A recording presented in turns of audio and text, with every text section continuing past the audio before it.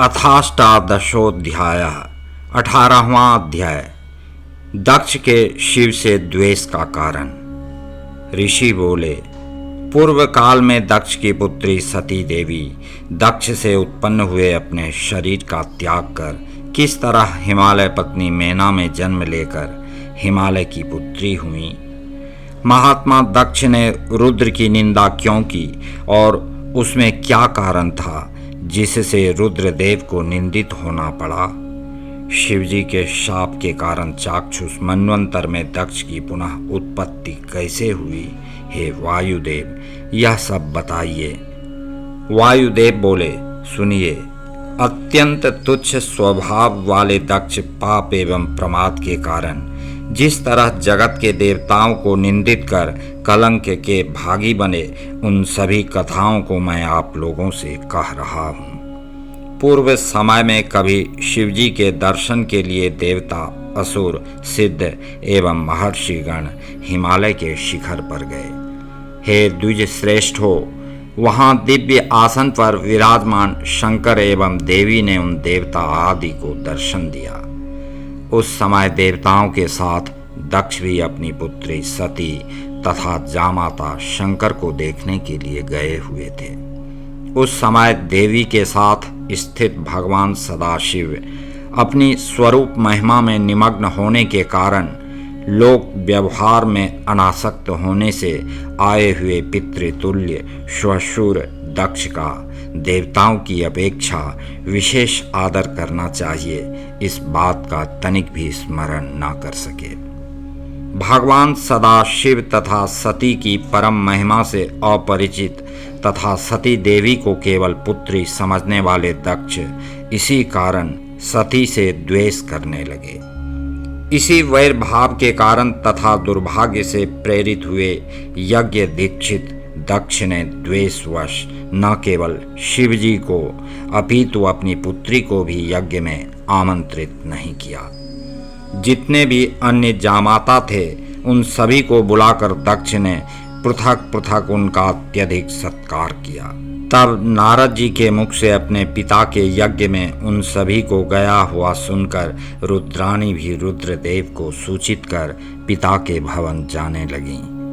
उनकी यात्रा के लिए आया हुआ जो विमान था वह चारों ओर खिड़कियों वाला, सभी प्रकार के लक्षणों से समन्वित, सुखपूर्वक आरोहण के लिए अतीव योग्य, मन को मोहित करने वाला, सर्वोत्तम, तप्त स्वर्ण के समान देदीप्यमान, विचित्र रत्नों से परिष्कृत, मोतियों से युक्त, वितान से सुशोभित, मालाओं से अलंकृत, विचित्र तप्त स्वर्ण जैसी कांति वाली खूंटियों से युक्त, सैकड़ों रत्न जटित स्तंभों से आवृत, हीरे से निर्मित सीढ़ियों वाला, मूंगों के तोरण से सुशोभित स्तंभ वाला, बिछे हुए पुष्पों से युक्त, विचित्र रत्नों के आसन से शोभायमान, हीरे की जालियों वाला, दोष रहित मणियों से निर्मित फर्श वाला था, जिसमें मणिमय मनोहर दंड लगा था और जो महावृषभ के चिन्ह से अंकित था।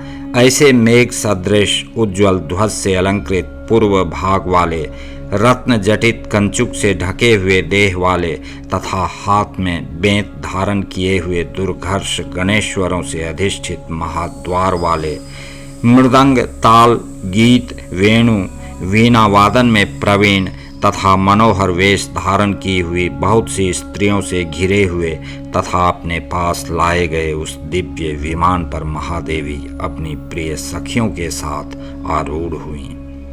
उस समय दो सुंदर रुद्र कन्याएं हीरे से जटित दंड वाले दो मनोहर चामर हाथों में लेकर उनके दोनों ओर से डुला रही थीं। उस समय दोनों चामरों के मध्य देवी का मुखमंडल इस प्रकार शोभायमान होने लगा जैसे परस्पर लड़ते हुए दो हंसों के मध्य कमल सुशोभित हो रहा हो। सुमालिनी ने प्रेम से परिपूर्ण होकर भगवती सती के शिरोभाग में चंद्र के समान मन को मुग्ध करने वाले छत्र को लगाया। वह मोती की झालरों से सुसज्जित था। देवी के मुखमंडल पर वह समुज्ज्वल मनोहर छत्र इस तरह शोभायमान हो रहा था मानो अमृत कलश के ऊपर चंद्रमा सुशोभित हो रहा हो। देवी सती के सम्मुख बैठी मंद मुस्कान करती हुई शोभावती पासे के खेल द्वारा सती देवी का मनोविनोद कर रही थी। सुयशा देवी की रत्न जटित सुंदर पादुका अपने वक्षस्थल से लगाकर उनकी सेवा कर रही थी। स्वर्ण के समान अंग वाली कोई दूसरी सखी हाथ में उज्जवल दर्पण धारण की हुई थी। किसी सखी ने ताल वृंत धारण कर रखा था तो कोई पानदान लिए हुई थी। कोई मन को मुग्ध करने वाले सुगंधित पुष्प तथा कोई कमल नयना स्त्री आभूषणों की पेटी लिए हुई थी। किसी के हाथ में सुगंधित आलेप, उत्तम फूल एवं सुंदर अंजन था। इसी तरह अन्यान्य दासियां उन महादेवी को चारों ओर से घेर कर अपने अपने अनुकूल कार्यों में लगकर उनकी सेवा कर रही थीं। वे परमेश्वरी उनके बीच में इस तरह अत्यधिक सुशोभित हो रही थीं जिस तरह तारों के समूह के मध्य में शरतकालीन चंद्र रेखा सुशोभित होती है। इसके पश्चात शंख ध्वनि के होते ही महान ध्वनि करने वाले प्रस्थान के सूचक नगाड़े बज उठे। ताल और स्वर से समन्वित दूसरे भी सुमधुर बाजे और बिना आघात के सैकड़ों काहल नामक बाजे भी बजने लगे। उस समय महादेव के समान अमित तेजस्वी 1800 गणेशों के समूह अस्त्र शस्त्र से युक्त हो उनके आगे चलने लगे। उन गणों के मध्य में बैल पर सवार देव वंदित श्रीमान गणपति सोमनंदी हाथी पर आरूढ़ देवगुरु बृहस्पति के समान चलने लगे। उस समय आकाश में कानों को सुख देने वाले देवगणों के नगाड़े बजने लगे। सभी मुनिगण नाचने लगे। सिद्ध और योगी हर्षित हो उठे एवं बादल वितान के ऊपर पुष्प वृष्टि करने लगे। मार्ग में अनेक देवताओं तथा अन्य लोगों से मिलती हुई वे महेश्वरी थोड़ी देर में अपने पिता दक्ष के घर पहुंच गईं। उन्हें देखकर अपनी मृत्यु के वशीभूत हुए दक्ष कुपित हो उठे और उन्होंने सती का उतना भी सत्कार नहीं किया जितना कि उनकी छोटी बहनों का किया था। इसके बाद उन चंद्रमुखी सती देवी ने सभा में विराजमान अपने पिता दक्ष से युक्ति युक्त उदार तथा धैर्य युक्त वाणी में कहा। देवी बोली, हे तात, ब्रह्मा से लेकर पिशाच पर्यंत जिनकी आज्ञा का पालन करते हैं, आपने इस समय उन देवाधिदेव की विधि पूर्वक अर्चना नहीं की। उनकी पूजा की बात तो छोड़िए, आपको मुझ ज्येष्ठ पुत्री का सत्कार भी क्या इसी तरह करना चाहिए? आपने मेरा सत्कार न करके निंदित कार्य किया है। सती देवी ने जब उनसे इस प्रकार कहा तब दक्ष ने क्रोध से व्याकुल होकर कहा, ये मेरी पुत्रियां तुम्हारी अपेक्षा श्रेष्ठ, विशिष्ट और पूज्य हैं। इनके जो पति हैं वे भी मेरे लिए अत्यंत माननीय हैं और वे सभी तुम्हारे पति त्रिनेत्र शिव से गुणों में बहुत अधिक हैं। जिनकी तुम आश्रिता हो वे शिव स्तब्ध और तमोगुणी हैं। मैंने तुम्हारा अपमान इसीलिए किया क्योंकि शिव मेरे अनुकूल नहीं है। इस तरह दक्ष के कहने पर यज्ञ में जो सदस्य स्थित थे उन सभी को सुनाते हुए वे देवी अपने पिता दक्ष से कहने लगी, हे दक्ष, आपने सर्वथा निर्दोष साक्षात लोक महेश्वर मेरे पति को वचनों द्वारा अकारण दूषित बताया है।